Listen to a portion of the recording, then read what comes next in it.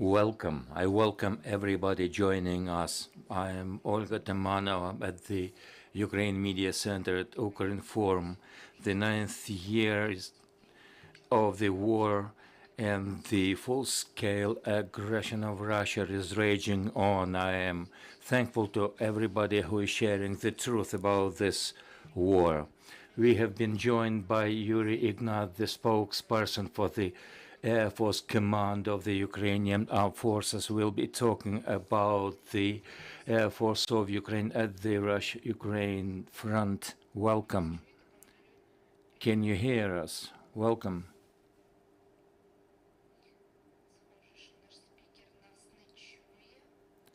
It looks as if the speaker cannot hear us. I think we will resume the online connection.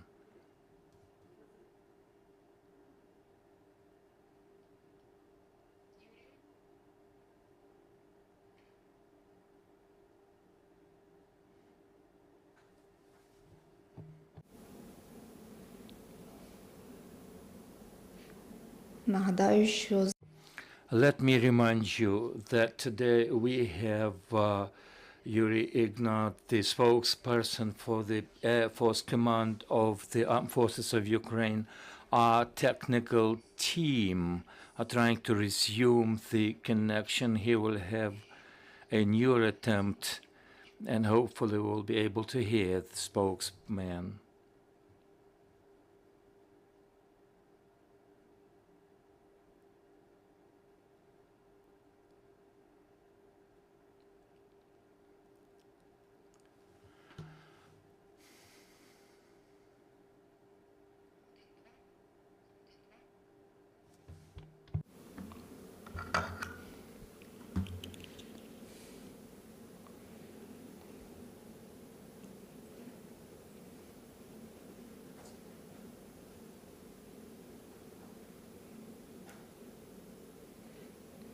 один, два.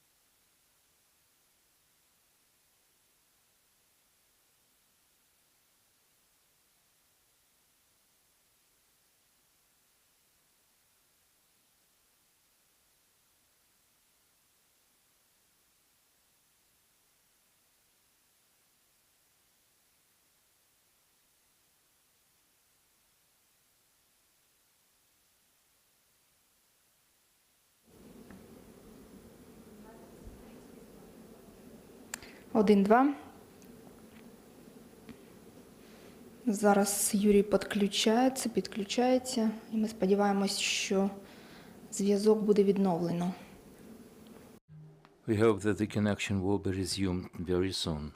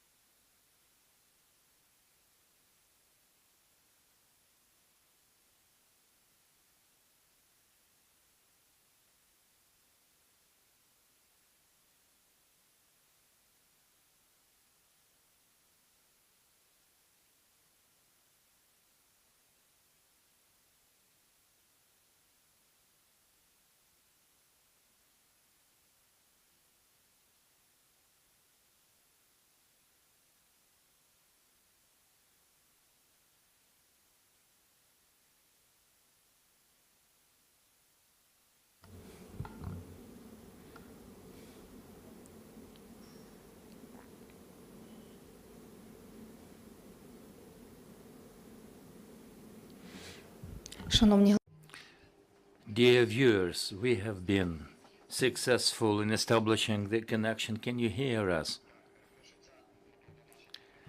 Sorry, we are to blame. There was a power outage. Sometimes such things happen. Let me remind you that we have with us today Yuriy Ignat, the spokesperson for the Air Force Command of the Armed Forces of Ukraine. Will you tell us what's going on at the front in terms of the Air Force? In the first place, I would like to share with you, your viewers and listeners, on the 7th of July, we will be celebrating the Day of the Air Force of Ukraine. We have a lot of people serving in the service, including aviation, anti-aircraft service, all the support, logistics service that work for the Ukrainian Air Force. So we will be celebrating, or rather remembering, those who have paid the ultimate price. And I would like you to share this information on your websites. As for the situation as of now, relatively speaking, thank goodness there's a little bit of silence that we are enjoying. 8 air alarms are sometimes seen in different cities, and it is conditioned by the fact that the MLRS are working and artillery are shelling our cities, especially the cities near the front. As for the air raid over the last 24 hours, we had a sorties of the Tu-22 from the airfield in Kyiv. They were engaged in training sorties, but there was a very high likelihood of airstrike. So it is very likely that air raids, sirens will be constantly working, whatever our desires might be for a peaceful time. Our assault aviation bombarding facilities are shelling the enemy positions. As a tradition, we are bombing the center of logistics, life force, and armed depots. We are controlling the airspace of this country, and we have our own certain combat missions by aviation. And the point is that together with the logistics of in our radar systems and warning are working very good. The enemy is not able to break the airspace of our country because they are aware that they will be shelled and targeted and struck. I'm ready to answer your question. What is your assessment that the Russians have undergone in terms of their use of aviation? Their strategy has been clear to us. Over the first 72 hours of war, they wanted to take hold of the whole territory of Ukraine, and to do that, they had to destroy our air force. That strategy has been thwarted. They underestimated our air force because we were able to resume our activities, and very quickly we fought back. So the strategy of Russia to engage in the activities not entering the Ukrainian airspace and beyond the range of the Ukrainian anti-aircraft defense. Thus, it amounts to the terror attacks against the whole Ukraine from the Caspian fleet, by Sea Black Fleet, and we know that 265 of the Russian forces have been using rockets called X and the bombers 222 and 23 that are able to stay airborne for a long time, and they're using these rockets that are called Ha-22 and 23. This is when the air raids are on across the territory of Ukraine. Let me also assure you of the following. I was talking about the strikes from far away, those forces, the assault aircraft and assault helicopters are also supporting their land operations, and it is done by both warring parties, by the Ukrainian and by the Russian. This is the strategy of our combat mission. We have heard the news about the destruction of S-300 MLRS.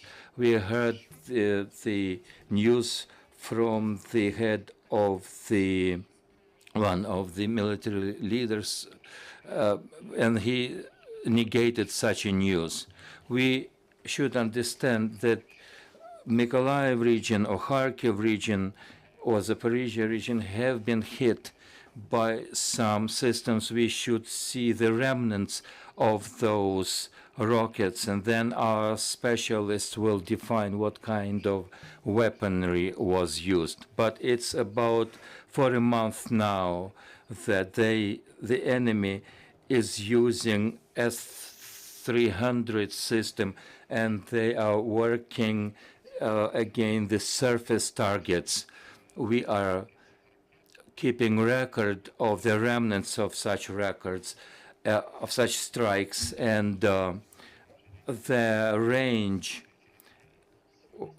up to 70 kilometers for the air aims. And if we cannot effectively strike them on their way to the Ukrainian territory, then we will strike them from their launching pads. And this is what we have actually done. We are seeing something that I would like to talk to you about, the anti-aircraft system. We hear that out of 8 rockets heading to Ukraine, 7 rockets were used, and thus the Ukrainian population is saved, the lives are saved, and we appreciate. What's your assessment of the general work of the air defense system? The air defense system work has been appreciated by the Ukrainian society and by the leading countries of the world. They are wondering at our results, but at this point I would like to note that the rockets that have been hit recently, sometimes we had 4 out of 4. These were cruise missiles. So there we showed sometimes 100%. There are types of rockets difficult to hit. X-22, X-31, for example, difficult to hit. Onyx is type of the rocket, and operative tactical rockets. Other weaponry like Iskander, they use ballistic trajectory. They are very fast, and not all the rockets can be hit by the Ukrainian air defense. But if we talk about the caliber rockets and X-22, X-23, we hit them, and it's not a simple work to do, but they are hit due to the successful and coordinated actions of the Ukrainian armed forces. We know how to intercept those cruise missiles, and every time we come down to the professionalism and coordination that lead to the result of high performance. Sometimes we didn't engage in prior to the full-scale aggression. But every time they hit us, we know how they're trying to outwit Ukrainian anti-aircraft defense, how they are using the relief of ground and using the air reconnaissance, including their intelligence officers here that we know are acting in Ukraine, and they are adjusting these targets, but Ukrainian air defense proves to be very effective. As for the Kalibr and Iskander rockets, do we still see the dynamics that the number of use of such rockets is decreasing? It's difficult to say. The enemy is using all possible types of armaments that they have at their disposal and their arsenals. The shellings by rockets as Iskander or Kalibr used to be more often and frequent in the first months of the war. Now we have seen the decrease of use of such rockets. Iskander, for example, are launched from the territory of Belarus. A week ago, we saw the tens of Iskanders being launched from Belarus. But then there are a few pauses that it is very likely that the enemy is saving the precision-guided munitions. They're extremely expensive. X-31 is one of the most expensive cruise missiles. Different estimations up to $30 million each.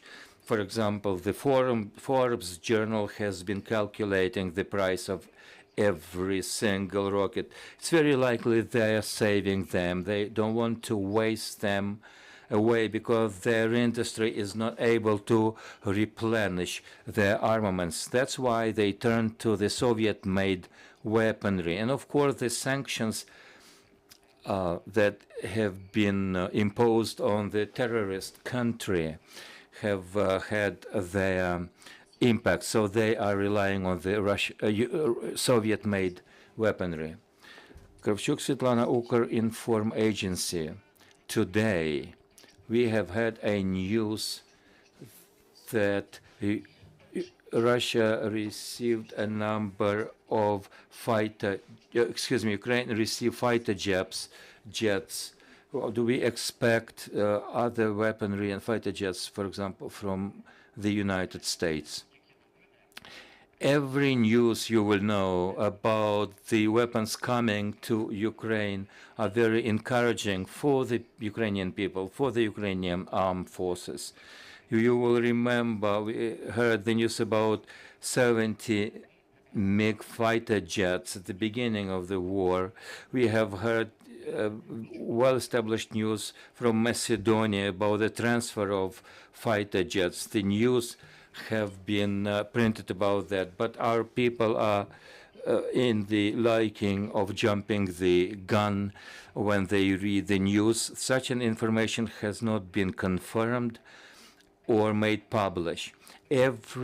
We are appreciating the help that we receive, for example, the components for the MiG-29 aircraft. This is the very important thing because in the conditions of war, we are not able to replenish our aircraft and weapons that were produced during the Soviet era, including the air defense systems and every system that we have in our disposal, meaning that all the possible help that we can receive from friendly countries, not only Soviet-made weapons, but also the munitions that must be replenished for us to have at our disposal to fight the enemy.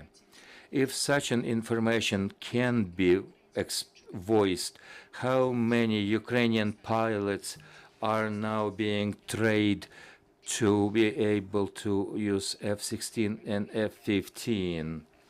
You see, we are being asked those kinds of questions on a daily system. Let me repudiate that kind of information.